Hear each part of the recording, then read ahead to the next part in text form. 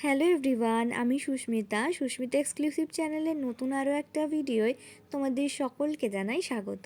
আশা করছি তোমরা সবাই খুব ভালো আছো, আমিও ভালো আছি। আর এই বিয়েবাড়ির সিজনে কে কটা বিয়েবাড়ি পেলে একটু কমেন্ট করে জানিও তো। আমার কিন্তু একটাও বিয়েবাড়ি নেই। আজকে আছে বাপি আর মামুনির একটা বিয়েবাড়ি রিসেপশন, তাই বসে গেছি মামুনিকে সাজিয়ে দেওয়ার জন্য। আর ভাবলাম তোমাদের সাথেও একটু ভিডিওটা শেয়ার করে ফেলি। ভীষণ রিজনেবল প্রাইসের সামান্য কিছু প্রোডাক্ট দিয়েই কিন্তু আজকের এই মেকআপ লুকটা আমি ক্রিয়েট করব। মেকআপ বেসটা আমি খুব ভালো করে করব, যাতে মেকআপ লুকটা অটোমেটিক্যালি খুব ভালো লাগে দেখতে। মামুনির স্কিনটা যেহেতু ড্রাই, সেই জন্য নাকের পাশের এরিয়া আর ঠোঁটের ওপরের এরিয়াগুলোতে না মেকআপ ফুটে ওঠে। যখনই পার্লার থেকে মেকআপ করিয়েছে তখনই এমন হয়েছে। এর আগে আরেকবার আমি মামুনিকে সাজিয়ে দিয়েছিলাম, তখনও কিন্তু মেকআপ বেসটা খুব স্মুথ হয়েছিল আর মামুনিরও খুব পছন্দ হয়েছিল।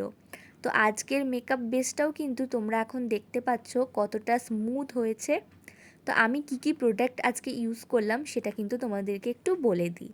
ফার্স্টেই আমি ইউজ করলাম ডাবর গোলাবরি রোজ ওয়াটার, তারপরে একটা ময়েশ্চারাইজার। এই ময়েশ্চারাইজারটা লাগিয়ে একটুখানি ওয়েট করতে হবে যতক্ষণ না স্কিন ভালোভাবে ময়েশ্চারাইজারটা অ্যাবজর্ব করছে। তারপর আমি অলিভিয়ার ফাউন্ডেশন স্টিকটা নিয়ে নিলাম। এইটার কিন্তু অনেকগুলোই শেড রয়েছে, তো আমি অনলাইন থেকে কিনেছি আর দেখেই কিনেছি, খুব ভালো এসেছে এই স্টিকটা। একদম স্কিন টোনের সাথে ম্যাচ করে আমার নেওয়া। তো ভালো করে কিন্তু বিউটি ব্লেন্ডার দিয়ে ব্লেন্ড করার পর ফিটমির ফাউন্ডেশনটা নিয়ে নিয়েছি। সেটাও কিন্তু আমি অ্যাপ্লাই করার পর ভালো করে বিউটি ব্লেন্ডার দিয়ে ব্লেন্ড করে নিয়েছি। দেখো খুব সুন্দর করে ব্লেন্ড হয়ে যাওয়ার পর ল্যাকমির ফেস পাউডার দিয়ে আমি মেকআপটা একটু সেট করে নিচ্ছি। দেখো গলার সাথে মুখের কিন্তু স্কিন টোন একদম ম্যাচ করে গেছে। মুখের সাথে গলার যদি স্কিন টোনটা ম্যাচ না করে তখন কীরকম বাজে দেখতে লাগে বলো।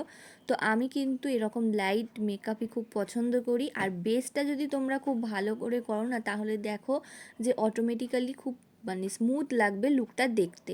তো আমি তারপর কি করলাম, একটা হালকা ব্রাউন শেড নিয়ে একটুখানি কন্ট্রোল করে দিলাম আর অরেঞ্জ ব্লাশারটাও হালকা করে লাগিয়ে দিলাম। যেহেতু মামুনি একদম হালকা মেকআপ পছন্দ করে, সেই মতোই কিন্তু আমি হালকা রেখেছি। দেখো স্কিনটা কত গ্লো করছে অটোমেটিক্যালি।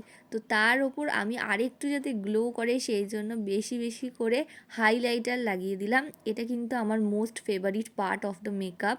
আমার ভীষণ ভালো লাগে হাইলাইটারটা লাগাতে। তো আমি হাইলাইটারটা একটু বেশি করে লাগিয়ে দিলাম। এরপর একটা আইব্রো পেন্সিল নিয়ে আমি আইব্রোটা ড্র করে দিলাম। খুব ওভার কিছু আমি ড্র করিনি, একদম হালকা যেটা শেপ আইব্রোর সেই রেখেই কিন্তু আমি হালকা করে জাস্ট ড্র করে দিয়েছি। আর এখানে কিন্তু আমি ডার্ক ব্রাউন কালারের আইব্রো পেন্সিল ইউজ করলাম। তারপর শাড়ির ম্যাচ করে একটা ডার্ক পিঙ্ক শেডের আইশ্যাডো আমি চোখে লাগিয়ে দিলাম আর ব্লেন্ড করলাম একদম লাইট শেডের একটা ব্রাউন কালার দিয়ে। তারপর নিয়ে নিলাম ল্যাকমির লাইনার, একদম সরু করে লাইনারটা পরিয়ে দিলাম। তারপর আমি নিয়ে নিলাম একটা ডার্ক পিঙ্ক শেডের লিপস্টিক লিকুইড, সেটা কিন্তু আমি অ্যাপ্লাই করলাম। আর আমি মামুনিকে ডিপ ব্লু কালারের একটা টিপ পরতে বলেছিলাম, যেহেতু আইশ্যাডোটা পিঙ্ক কালার, তার অপোজিট কালারটা পরলেই বেশি ফুটবে, সেই জন্য। দেখতেই পাচ্ছ বেসটা কিন্তু খুব স্মুথ হয়েছে, কত গ্লো করছে স্কিনটা, আর একদম স্কিনটা মুখের সাথে গলা একদম ম্যাচ করে গেছে। তো আমি লাস্টে একটুখানি কাজল লাগিয়ে সেটাকে হালকা ব্রাউন কালার দিয়ে স্মাচ করে দিলাম। তো আজকের লুকটা তোমাদের কীরকম লাগলো অবশ্যই কমেন্ট করে জানিও।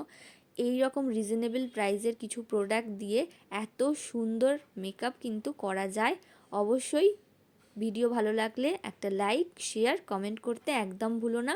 আর মামুনির চুলের পিছনের ডিজাইনটাও কেমন লাগলো কমেন্ট করে জানিও।